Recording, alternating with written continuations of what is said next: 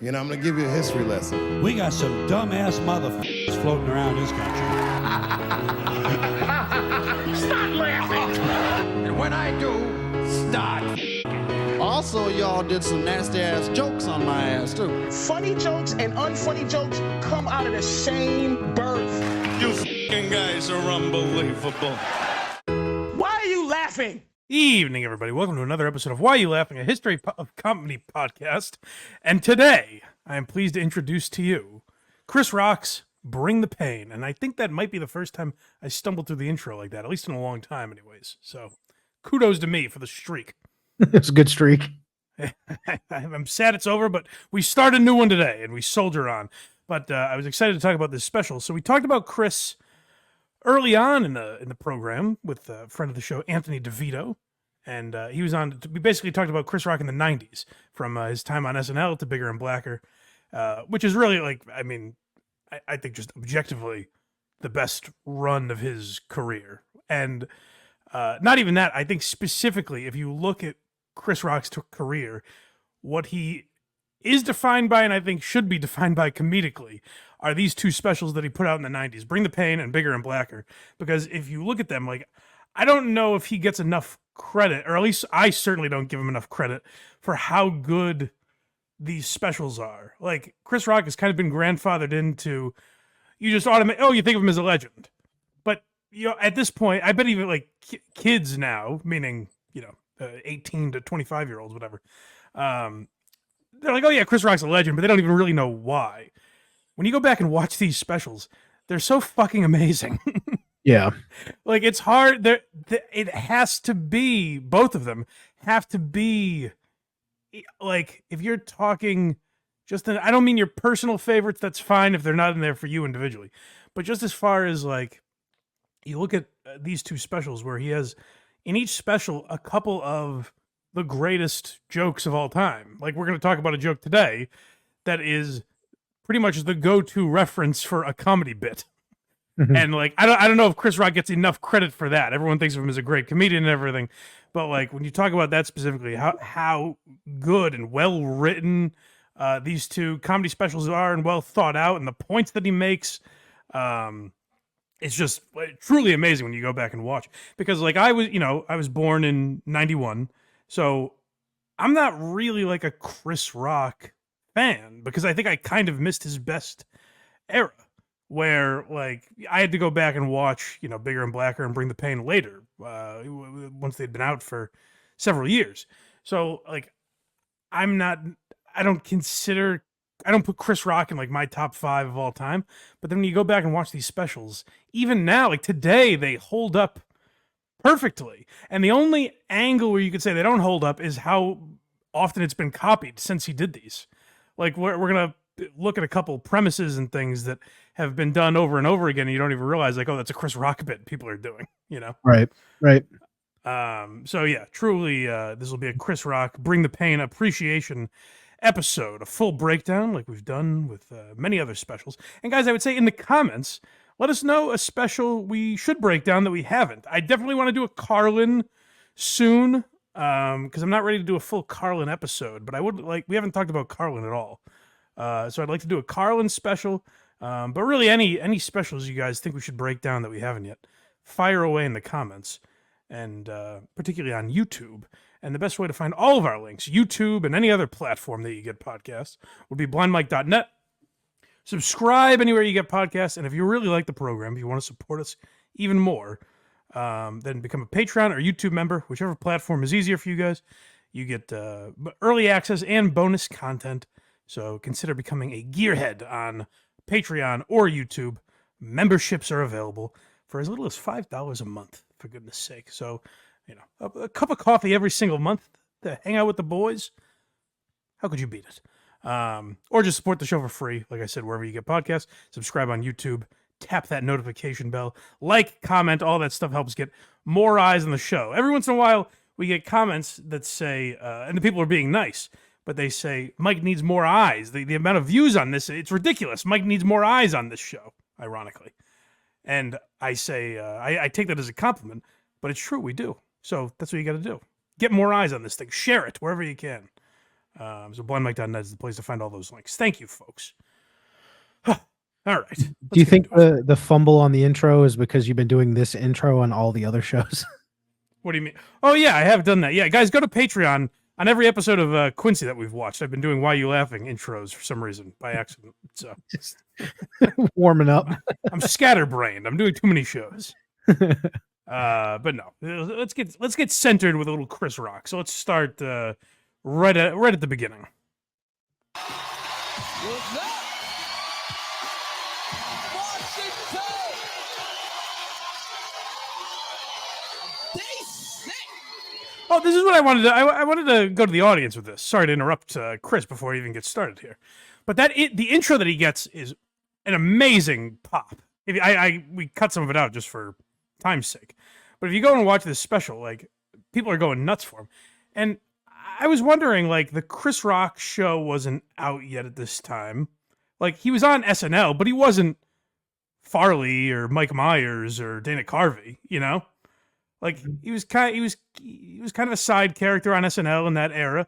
Like I think Chris Rock really just made his bones in stand-up, which is also impressive for this time because you're coming off of like this is an era where Jerry Seinfeld is huge. Like all these guys that had sitcoms, Ray Romano, Kevin James, these guys that get massive off of sitcoms in the 90s. Chris Rock isn't one of those guys. You hear the pop here at the start. People are just excited. It's almost like they know what they're about to see. They sick! Chocolate City Cat! That's right! Home of the Million Man March.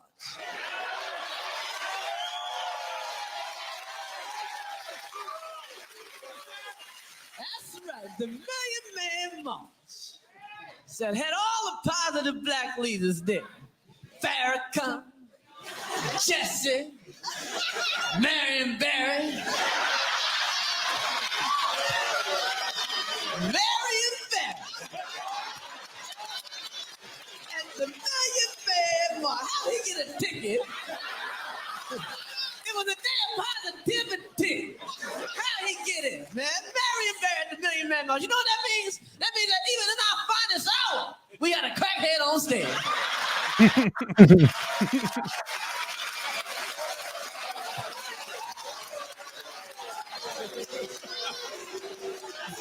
Well, boo if you want. You know I'm right.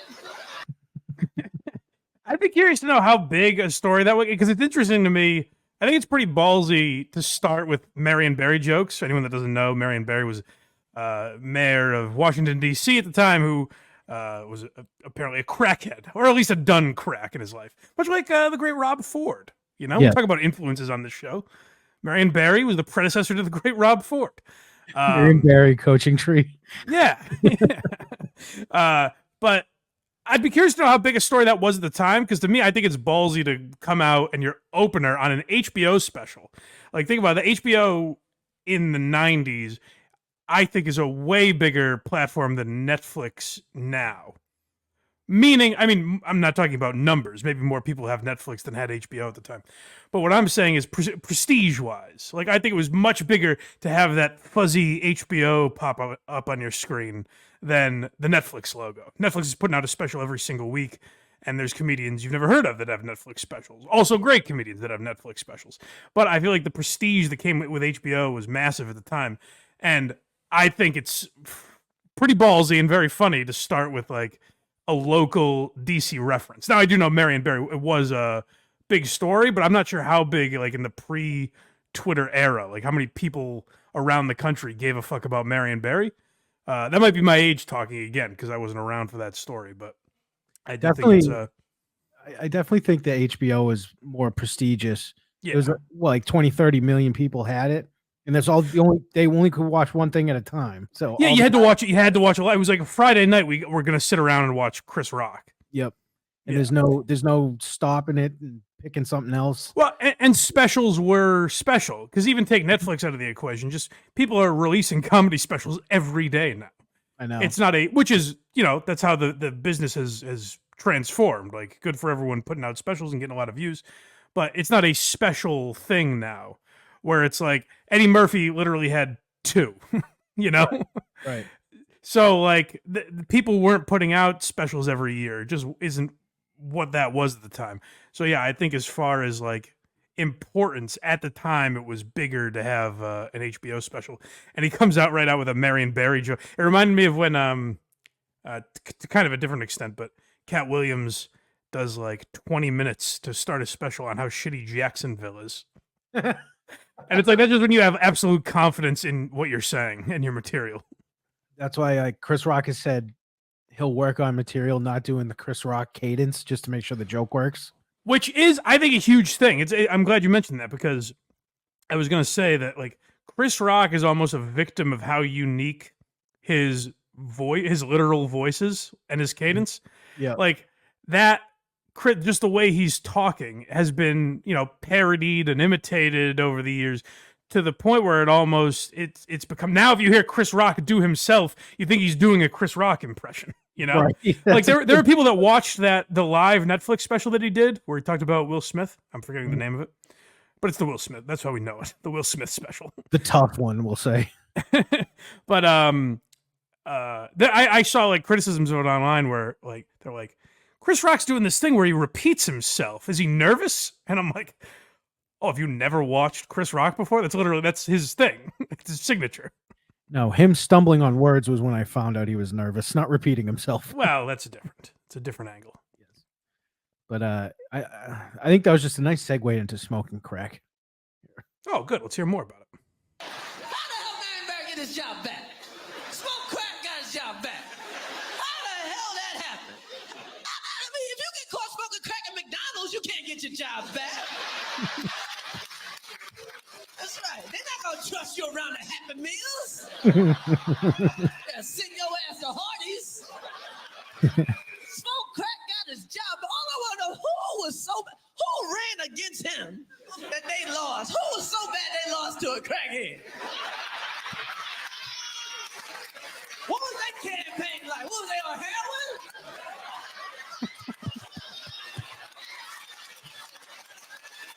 Vote for me. Vote for me. Don't vote for crack, vote for smack.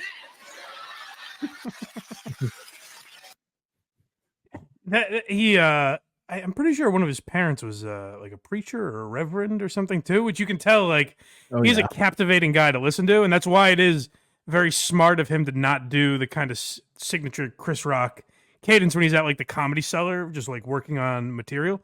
He talks much, slower and drier and softer because like he could lull you into saying anything and making it entertaining, Right. That was my whole point with the Cat Williams doing like 20 minutes on Jacksonville. Cat is a little bit of that too. He's got the cadence, so it's just like it's going to get laughs. Well, what Chris is, and I think Cat is like this a little bit too, but I think Chris is one of the best ever at it. Where like that the cadence and the way he speaks, there's like a Def Jam vibe to it. Correct. Like you would think he would just be, black people walk like this and white people walk like this. Yet he has some of the most brilliant social commentary of all time. Like there's stuff in here that I don't think people immediately think of like George Carlin and Chappelle when you think social commentary. There's stuff in both Bring the Pain and Bigger and Blacker that is like truly just brilliant. And it kind of mixes a couple different styles where it's very observational, but it is like the type of commentary that Chappelle used to do, I think, like that Chappelle did in Killing Him Softly, say, where he's getting his point across, but he's also being hysterically funny and silly, which a lot of the more recent Chappelle specials have lost the silliness. It's a little more preachy. But that's something I definitely think Chris Rock doesn't get enough credit for, is like mixing those two worlds, where it is like a fun Def Jam atmosphere, but he's like really saying something, Yeah.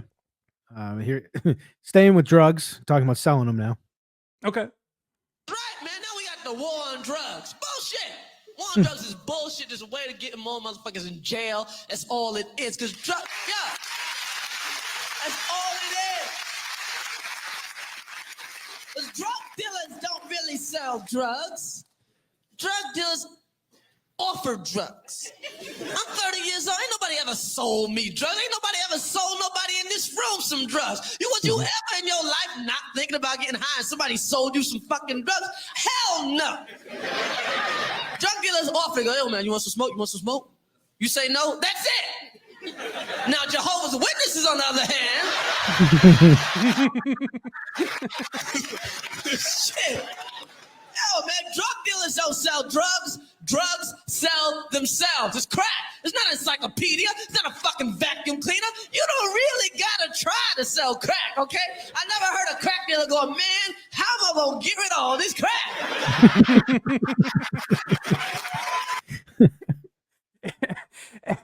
That's the kind of, that's what I'm talking about, is like the points that he's also making. And you wouldn't really think, like, I joked a minute ago that we talk about influences and stuff. You know, Chris Rock talks a lot about as being an influence on him was Woody Allen, which you wouldn't think of at all. Like a nebbishy, nervous Jewish guy from the 60s, you would not assume was an influence on Chris Rock. But then when you like listen to his material, you're like, oh, there's like an observational element to it. Like I think it's why Chris Rock is friends with and respects Seinfeld so much, because he probably watched him at a time where you can tell like the observational stuff with Chris Rock, and that's where it probably does work when he talks like softer and a slower cadence, because there is like observational brilliance to what he's doing too. It's not just all delivery. He doesn't stay on drugs the whole time, Mike. Now we go to too much food. Okay, that's another form of drugs, really. That's true. Too much food in America, man. We got so much food. You realize America's the only country in the whole world that makes people feel bad for being fat? The only country in the whole world. People starving all over the world. If you fat someplace else, people are like, damn, how you do that? That's amazing. I gotta hang with you. Oh, you think you're all that with your fat ass? Well, I'll put on some weight, we gonna hang. Too much food in America, man. We got so much food in America, we're allergic to food. Allergic to food. Hungry people ain't allergic to shit. So you think anybody in Rwanda's got a fucking lactose intolerance?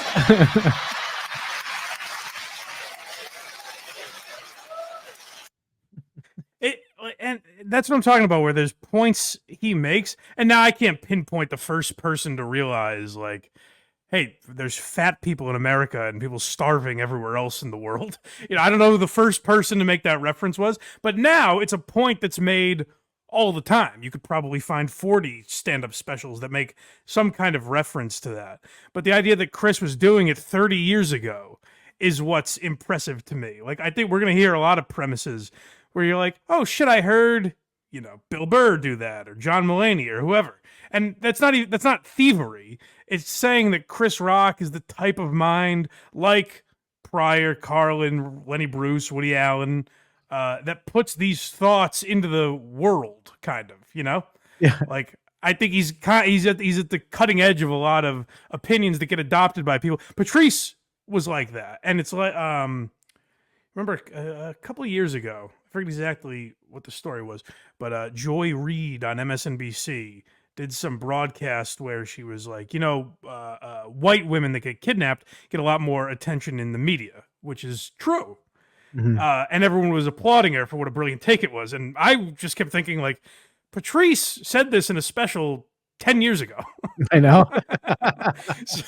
And it also goes to show you, like, Chris Rock can have this brilliant bit about things like that, and just no one ever does anything about it. Like, still years later, we're going to McDonald's and fucking eating sweets, and it's worse now, you know? Well, so if that premise necessarily wasn't original, just the way he went about it, though, just saying, like, hungry people don't have food allergies. Well, my point is that I do think it's like, that's what I'm saying, is that I think it's been ripped off from Chris. I think a lot of the points that he makes in this special have been done a lot in the last 30 years. I'm just saying, even if the premise wasn't, no one's thinking that way. Right. Yeah, no, exactly. You're just going to talk about subtle racism. Okay, this is what a lot of the special is about. And here's what's interesting, because we mentioned that live Netflix Chris Rock special. Mm-hmm. And there's a lot of talk in there where he's talking about, you know, wokeness and cancellation and stuff like that. And it's not even that it wasn't, like, funny. It was more that it was points that have been made for the last 8 or 10 years or so. You know, like if Chris Rock is saying stuff in a special that I've said on a podcast, it's like, Jesus Christ. Right. So to me, like that's why that special felt flat. It didn't feel like Bring the Pain or Bigger and Blacker, because it felt like he was making points that have been made before. Whereas in this special, I think he's at the forefront of a lot of the subjects he's bringing up. Now, part of that is like social media. I'm not saying Chris Rock is the first person to ever have every single one of these thoughts. So, you know, Twitter and Reddit and all that stuff can be to blame for some of that. But I do think it is being young and hungry, and he's not, you know, 100 millionaire yet, you know? Yeah. So I think that's part of it also, is being like in tune with the culture. I wonder if there is a possibility that like an all-time special could even come out now. Do you know what I mean? Good question. Meaning what? How do you mean that? So like we all watch it, or that's as good as this? Want both, actually. Yeah, I think to have it would have to be something like Chris Rock did, where it's live on Netflix and it's kind of an event. But I think that's very hard to do unless you're Chris Rock. And if you're Chris Rock, then usually your best days are behind you. Does that make sense? Yeah, because I'm, you know, like once you're at Chris Rock's level, you're not putting out the best special of your life anymore, most likely. Because I think, like, I know we use Shane Gillis as an example all the time, but his last two specials I thought were all-time great to me. Like, they made me laugh hysterically the whole time. Yeah, particularly Live in Austin, I would say. Me too. I actually agree with that. But not the amount of people that watch it will never come close to this era again. So it won't be talked about like this era. Yeah. What's tough about that is now everyone has YouTube. So everyone has access to Shane's special. So even if they don't watch it on the day, over the course of years, maybe they will. So more people have access to it. But again, it's not as much of an event. It's not like, oh, did you see Chris Rock on HBO Friday night? Right. So yeah, it's very tough to duplicate. Now you do also have things like comedy fans will always bring up another album we reviewed, like Skanks for the Memories, Dave Attell's album. So that's one. I think maybe you'll have more of those where it's like over time, like, you know, over time, if not already, every comedy fan will have consumed Live in Austin, you know? Or like Ari Shaffir's Jew was great. That's a little more, he's talking about a subject, so it's a little more niche, I guess. Yeah. But you know what I'm saying? So like, I think you'll have more of those where it's like over time they become legendary, but it's not the, you know, everyone quoting certain bits, right? Even if they haven't seen the special. It doesn't get that tidal wave of popularity that these would. Yeah, you're not going to have like an episode of The Office quoting a Mark Norman special, you know? Exactly. Yeah. Exactly. But yeah, subtle racism. Colin Powell can't be president. Get down. You know I can tell Colin Powell can't be president? Whenever Colin Powell on the news, white people always give him the same compliments. Always the same compliments. How do you feel about Colin Powell? He speaks so well. So well spoken. He speaks so well. I mean, he really speaks well. He speaks so well. Like that's a compliment. Speak so well is not a compliment, okay? Speak so well, some shit you say about retarded people. What do you mean he speaks well? Would he have a stroke the other day? He's a fucking educated man. How the fuck you expect me to sound? You dirty motherfucker. What are you talking about? He speaks so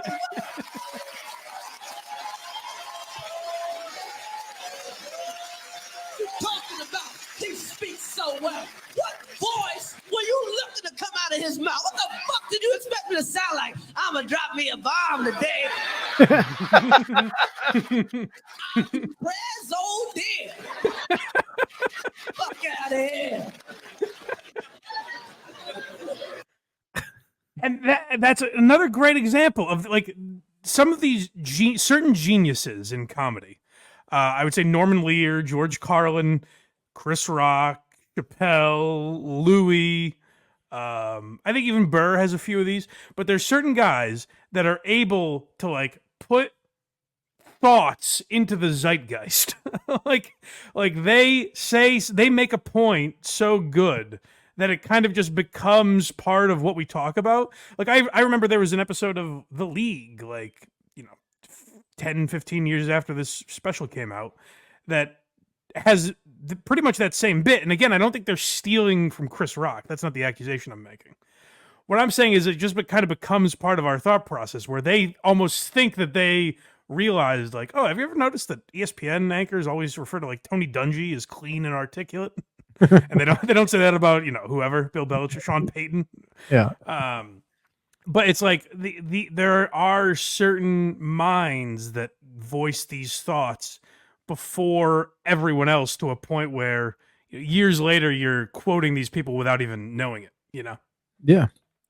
So we went from that to now we're going to talk about vice president. Okay. By the way, Chris Rock says we'll never have a black president. He was wrong. He wasn't completely prescient, but Wasn't completely right either. but they're talking about vice president here. Vice president. You know what? That ain't gonna happen. As long as you live, you ain't never gonna see no black vice president. Not while the president's white. Oh no, you will never see. Do you not? They tell you never say never. I'm saying never. I never see no black vice president. Not while there's a white president. You know why? Because some black guy would just kill the president. That's why. Shit, I'd do it. If we had a black vice president right now, I couldn't wait to kill the president.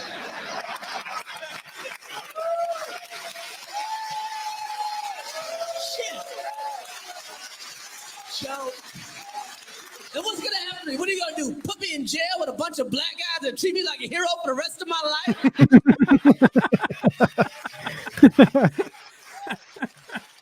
Shit, even if they had a death penalty, what would happen? It's get pardoned by the black president.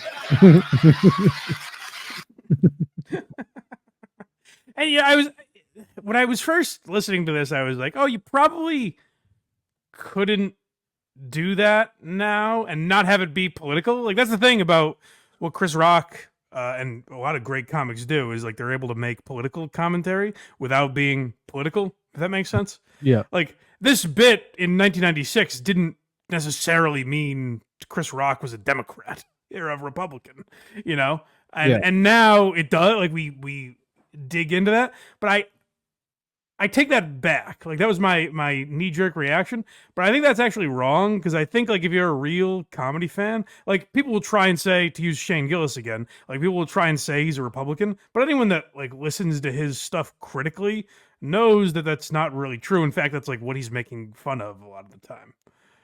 So there is, like, I don't think we've lost that as much. Like, I think our reaction is always to say, like, oh, you can't do that anymore. People would be outraged. But I think, like, if you are delivering it as well as, like, Chris Rock is in this special, like, I think Bring the Pain would still be there would be some fucking, Twitter articles about it or something. But overall, I think it would be received the same. Right. Here he is talking about OJ. I'm on since OJ died, I'm on an OJ kick, as I've mentioned before. But in 1996, this is the biggest story in the world. So OJ is obviously found not guilty, and Chris Rock talks about it.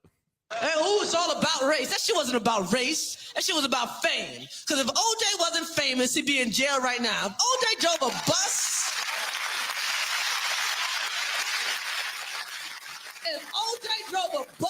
he wouldn't even be OJ. He'd be Orenthal, the bus driving murderer. The jury's so stupid. Fuck the fuck out of here, man. It's so stupid. How could they not? White people would have done the exact same shit, okay? The exact same shit. Because if that was Jerry Seinfeld, charged with double murder, and the only person that found the glove just happened to be in the Nation of Islam.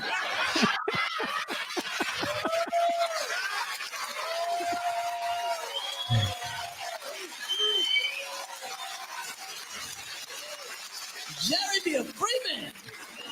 Be eating cereal right now. Eating cereal right now. I just love that he used Seinfeld as the example of that. I did Kramer. I didn't do it.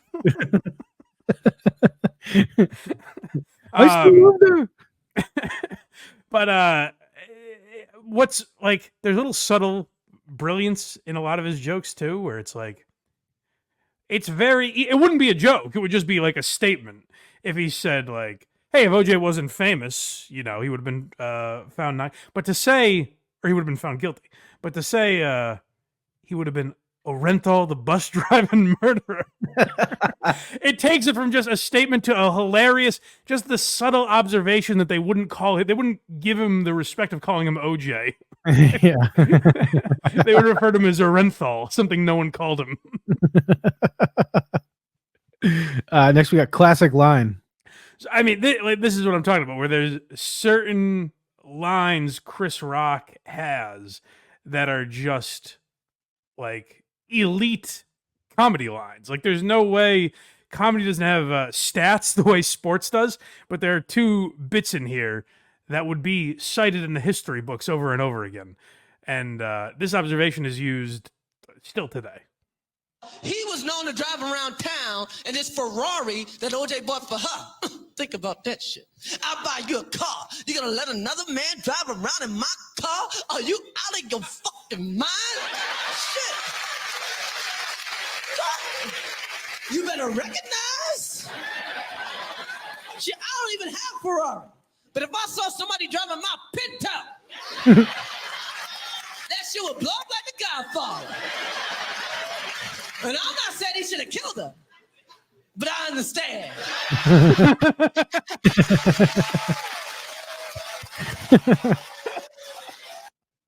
That's what's crazy to me about Chris Rock is, and we'll get to the other example in a minute, but like there are lines that he has that I've heard like newscasters, and not newscasters, but like political talk show hosts.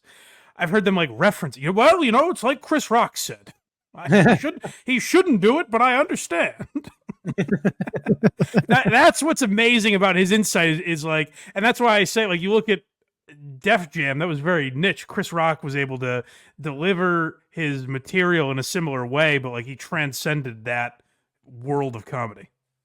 He's unbelievable. No, what was this? There was another special even after this one that I wasn't quite up to these two, but it was still excellent. Are you thinking of the one where he's in 4 different places? No, that was, I believe, after the one I'm talking about. He's in like a red suit. I forget what it's called. I'm not sure. You're thinking of Delirious, maybe. No, I'll have to look it up. I'll look it up. But here he is talking about divorce. Yo, women, y'all got it good, boy. When it's time to get a divorce, women got it made. They go to court, start talking that shit. Your Honor, I'm used to this. I'm used to that. I'm accustomed to this. Yo, what the fuck is a custom? What that got to do with shit? Hey, you go to a restaurant, you're accustomed to eating. You leave, you ain't eating no more. They don't owe you a steak.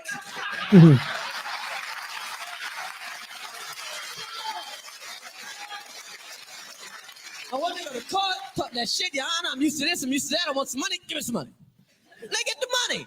What about what the man's used to? What about what the man's accustomed to? That might not be money, but during the course of a relationship, a man grows accustomed to a few things.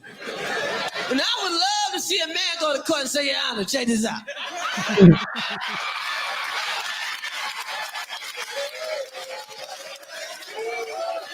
I'm accustomed to fucking her 4 times a week. Now I feel I should be able to fuck at least twice a week. I mean, she can have the alimony, but I want some pussy payments.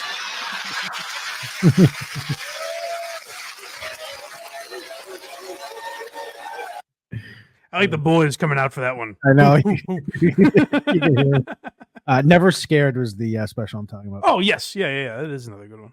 Not on the same level, I don't think, but I think it's a step below, but I think it's awesome. But yeah, you I lost my train of thought. Damn it. What was I going to say? Arsenio. I wasn't going to talk about Arsenio, but they were whooping. So I think Chris Rock took a real beating in his divorce too. Yeah, so that bit really hurts watching it. And you're like, Chris, I'm sorry, buddy. Yeah, you were worried about it then. Selective Outrage was the name of that last one. Right. Yes. Yeah. Which again, that's kind of like even the title is like, oh no, we know. Yeah, at this point we kind of all know. People are selectively outraged. I got it. Yep. I haven't seen it yet, but the one before that, Tambourine, I heard was good. You know what I liked about Tambourine, to stay on the topic of divorce, directed by Bo Burnham, by the way. But he talks incredibly honestly about his divorce in a way that I don't know if I've ever seen a celebrity of his level do. Like, he talks about cheating on his wife, Right. like, just openly. And I'm trying to think, I could be wrong. Maybe it was written about, because in divorce proceedings stuff comes out. But like, him talking about it was the first time I had heard of it. So it was almost like Chris Rock was confessing when he didn't need to, which I thought was pretty ballsy. Yeah. Anything for the bit, man. Yeah. But here he's talking about prenups. Oh, again, another thing. Another time he didn't listen to himself. If only he practiced what he preached. You know what? That's alimony. That's what made OJ crack. That alimony, she paying that big ass alimony. He ain't scored a touchdown in 20 years. That's right. Should have had a prenup. That's right. Prenuptial agreement. Everybody needs a prenup. People think you gotta be rich to get a prenup. Oh no. You got 20 million. Your wife want 10, big deal. You ain't starving. But if you make 30,000 and your wife want 15, you might have to kill her.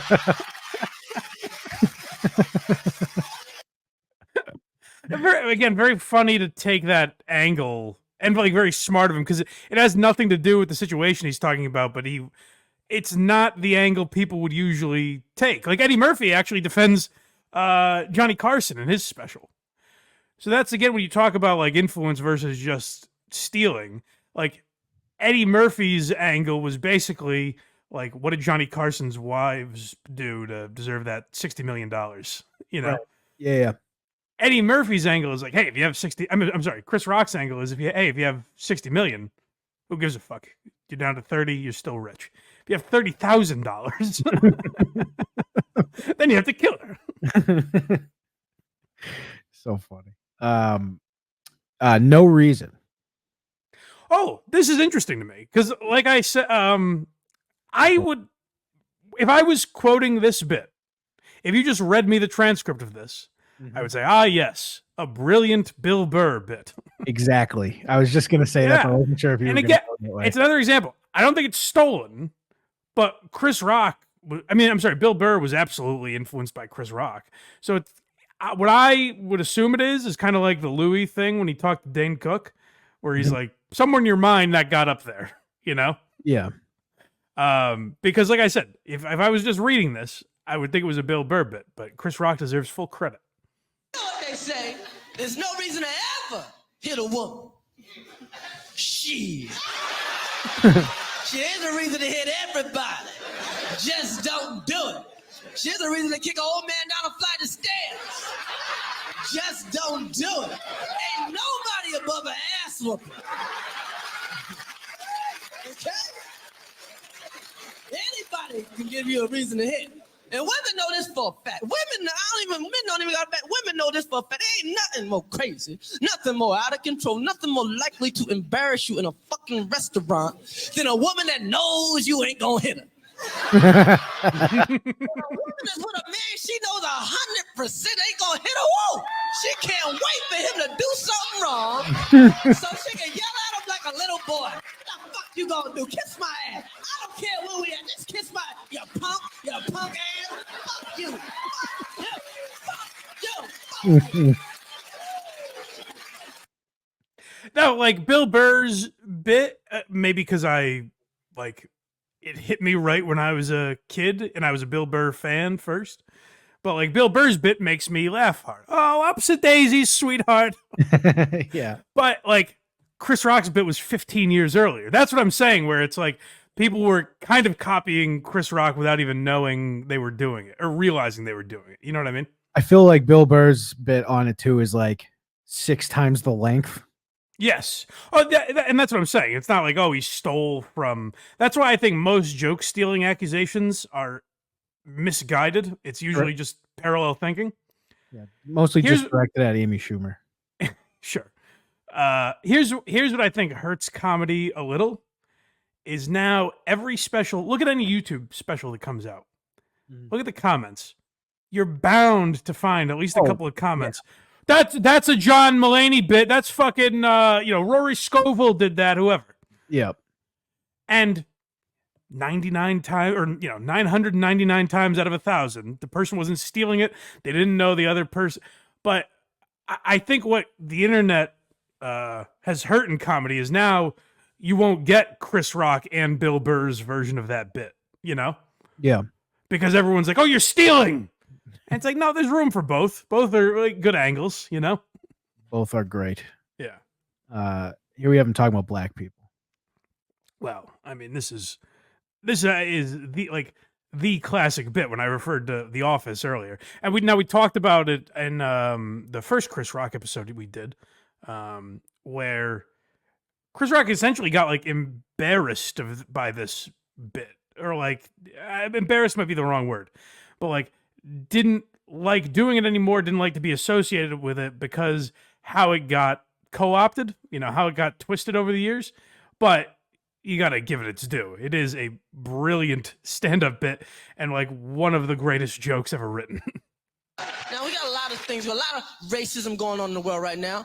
Who's more racist, black people or white people? Black people. You know why? Because we hate black people too. Everything white people don't like about black people really don't like about black people. There's some shit going on with black people right now.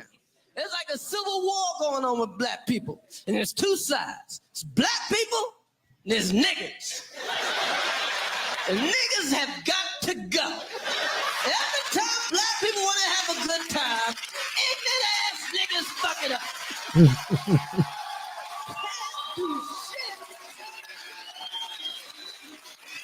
Can't do shit without some ignorant ass niggas fucking it up. Can't do nothing. Can't keep a disco open more than 3 weeks.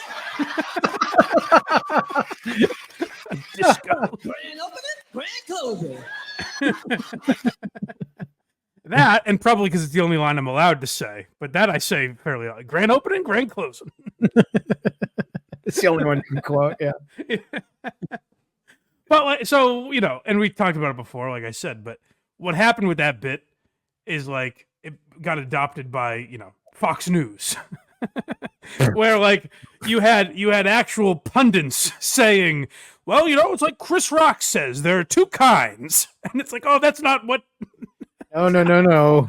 It's not what he meant. Also, none of you on this channel can say it. Yeah, right. That's not what he was going for. I mean, like, I think anyone with a functioning brain knows what he meant. You could make the same argument with white people and every other race. But like it's a very funny bit, but I do get why Chris Rock was like, oh fuck. There's people that have apologized for jokes over the years where I'm like, what do you do? You wrote a brilliant joke, fucking stand behind it. Or even you were attempting a not so funny joke, stand behind it. But I get why Chris Rock was like, I don't love being associated. I don't want to be the poster boy for, racists saying that they can use the N-word, basically. Right. So I understand, I guess is what I'm trying to say. He also talks about white people. Okay, good. We need our comeuppance here. Jesus. Palate cleanser. Yeah. Well, it's right. It's also funny, like, that's what's weird. People talk about cancel culture, how much it exists, whatever. What's weird is sitting here listening to one of the greatest comedy specials of all time and thinking like, oh, am I allowed to laugh at that joke? That's where it's had an impact, is like, oh, I don't want to be seen on camera laughing at that because they might take my YouTube channel down, Which is possible. That's where that stuff has an impact, I think. So that's where we're in a weird time. But anyways, let's hear about white people. It ain't all black people on welfare. Shit. White people on welfare too. White people on welfare. But we can't give a fuck about them. We just gotta do our own thing. You can't go, oh, they fucked up. We could be fucked up. That's ignorant. White people, because first of all, they try to make it look like, there ain't even that many black people in the country, okay? Black people are 10% of the fucking population. Black people in New York, D.C., L.A., Chicago, Atlanta, like 10 places, okay? Okay? 10 places. Ain't no black people in Minnesota. So only black people in Minnesota is Prince and Kirby Puckett, okay? Shit, the whole rest of the country, the other 40 states, is filled up with broke-ass white people. Broke-ass, living in a trailer home, eating mayonnaise sandwiches, fucking their sister, listening to John Cougar Mellencamp records. Mayonnaise sandwiches. Another thing he's great with, too, is choosing the funniest words. Yes. Like, the idea of knowing that Kirby Puckett is just funnier. Like, if I say Kirby Puckett, that's a punchline in itself. Yeah. Prince and Kirby Puckett. Even just the Seinfeld bit when he's like, "You be eating cereal right now." It's just like, why would you ever say Because it's like, yes, very like cereal, but also cereal is funny. Yeah. You know what I mean? Like, he has the perfect word choice in a lot of these bits too. Yeah. And the black people versus N-word bit is obviously much longer. I've just kind of assumed you guys have heard it, so we didn't spend too much time on it. But like, it does kind of remind me where like Chris Rock does have this moral compass where, like we talked about with OJ, the thing was on the Chris Rock show, they had a bit idea that's very funny where he was going to interview OJ and the whole setup was going to be like, we're finally going to ask him. And he's just going to ask him about, the year he won the Heisman. Like, we have the first interview with OJ Simpson. And Chris Rock was like, I don't want to be the guy. He said the reason they didn't do that is I don't want to be the guy that brings OJ back and makes it cool to have a murderer on television, Very smart. And so I think like that, Chris Rock was like, where, he didn't have the foresight, was like, oh, fuck, I'm the guy that racists are quoting now, Yeah, but you wouldn't think that they would. I wouldn't have thought that. No, well, that's the thing is like, I think but where Chris Rock is fucked is it's such a good point. Yeah. That it become, you know what I mean? Like, people are like, yes, this is what you meant, isn't it? And Chris Rock's like, no, that's not what I meant. No. Next we have talking about the media. Okay. Oh, this is kind of in the similar, it's in that same chunk, I guess. So this is funny. Nah, man. And I see some black people looking at me. Man, why you gotta say that?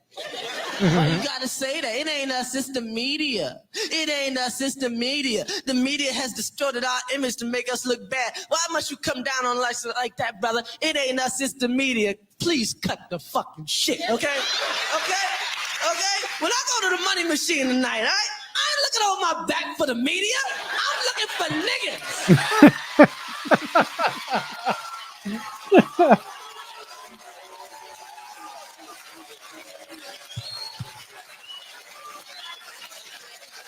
Applause break.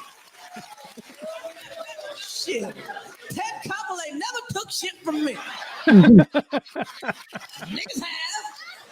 So you think I got 3 guns in my house because the media outside? Oh shit, Mike Wallace, run!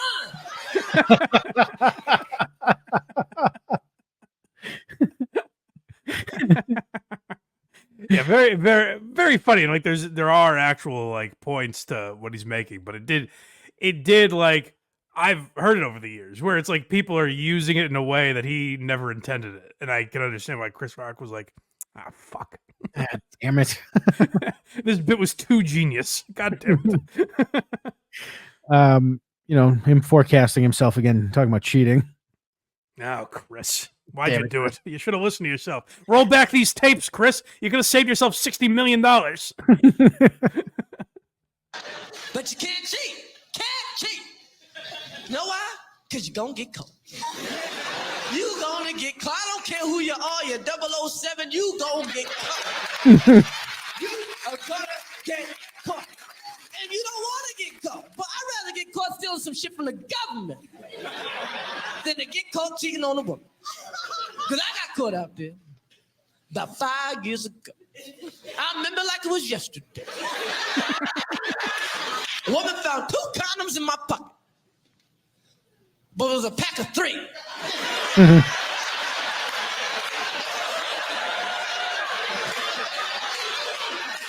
And all I did was, where's the other condom? Where's the other condom? Where the fuck's the other condom? Where is the condom? Yo, women are just like the police. They can have all the evidence in the world, but they want the confession.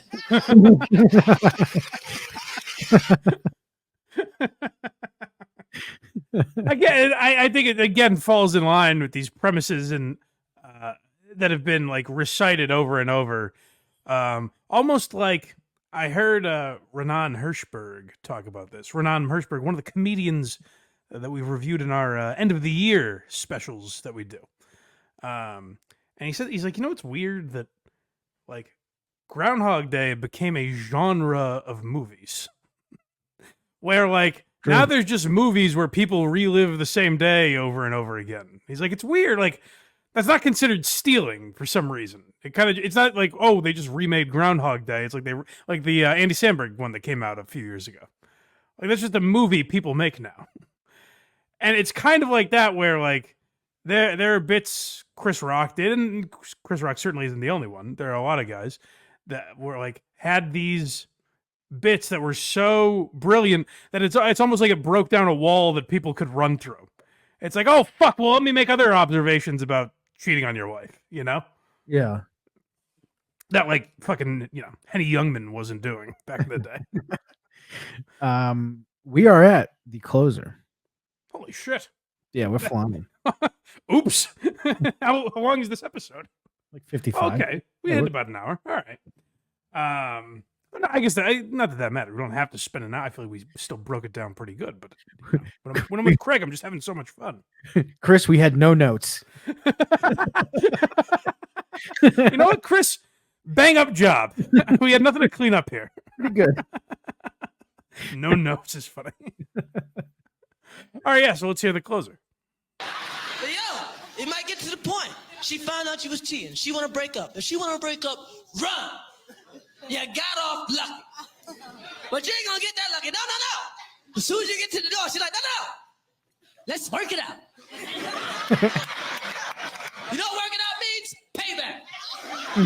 You know what the first part of payback is? You ain't getting no pussy for a long time. Boy, you ain't gonna get no pussy till the Bills win the Super Bowl.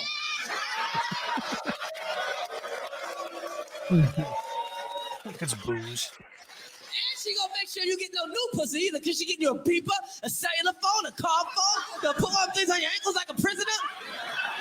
And every time you leave the house, you gotta check in. I'm outside. I'm on the car. I'm in the car. I'm on the road. I'm at the supermarket. I bought a pack of fries. I'm coming home. I got some buns. I'm on my way. I ran a light. The cops are chasing me. They chasing me. I ran out the car. They shot me in the leg. I'm hopping. I'm almost home. I'm in the driveway. I'm right next to you. I love you.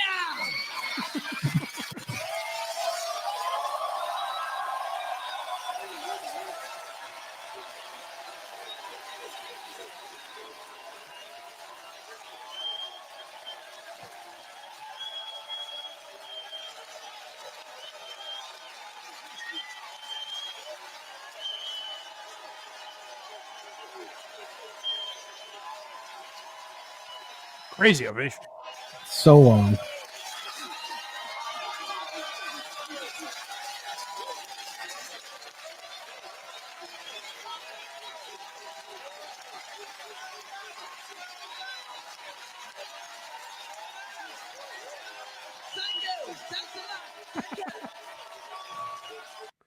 I like him kind of just basking in it. Like, holy shit. Because you don't think of Chris Rock as like one of the rock star comedians from that era as much.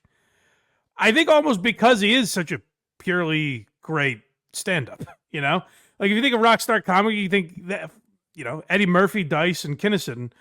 But like Chris Rock definitely had that vibe. You look at these specials, it feels like a massive show. Like people aren't getting that response everywhere in the 90s, No, and he came back out and was just kind of high-fiving everybody, so it was kind of cool. Yeah, yeah, no, I like that ending, but yeah, it really is like tight as fuck too. Where when we part of this is time, where there are just gonna naturally be bits that were funny in 1981 that aren't funny in 2021 or whatever. Yeah. But like when I rewatched Delirious to do it for an episode that we did early on. There's like a 20-minute chunk that I didn't give a fuck about, really, Yeah. It's like, oh, whatever. Either it hasn't aged well or just got boring for me or whatever. And I think that's partly why you see comics now, particularly on YouTube, putting out like 40-minute specials. Even the greats, like Attell's Netflix special was like 35 minutes. I still haven't watched it. And I think that's because like, when you're watching on television, it's different than being there live. So I think now people are using specials kind of as an advertisement to be like, hey, come see me live. So I do think that's smart for people to put out shorter specials sometimes. But like Chris Rock did a full hour and it was tight. There isn't a single part where you're like, hey, he could have chopped this out or whatever. So as Craig said, no notes, Chris. A+, buddy. You passed with flying colors. Pretty good. Now, ultimately, I don't know. We're gonna do Bigger and Blacker at some point. Not soon because I like to spread them out a little bit. Yeah. I don't know which I like more. It's tough to say. Having not rewatched it recently, I lean Bring the Pain probably because I just saw it. But if I rewatch Bigger and Blacker, that'll be an interesting matchup. I'm not sure, but why don't you guys leave your thoughts? How about that in the comments? Do you prefer Bring the Pain or Bigger and Blacker or one of Chris Rock's other specials? Maybe these aren't your favorite. But yeah, also suggest in the comments specials we should do in the future because we definitely will do one or maybe a couple over the summer for sure. So fire away in the comments. Make your recommendations.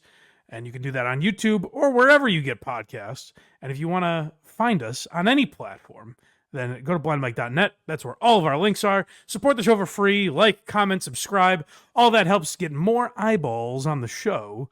And if you want to help us even further, put a few bucks in the old pockets, then for as little as $5 a month, you get early access and bonus content on Patreon or YouTube, whichever platform is easier for you.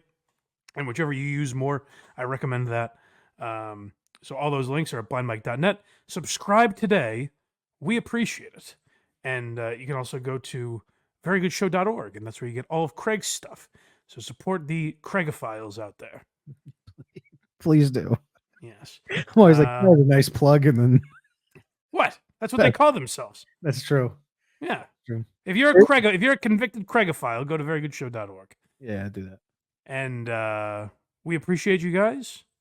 And we'll talk to you next time on Why Are You Laughing? Zip it up and zip it out.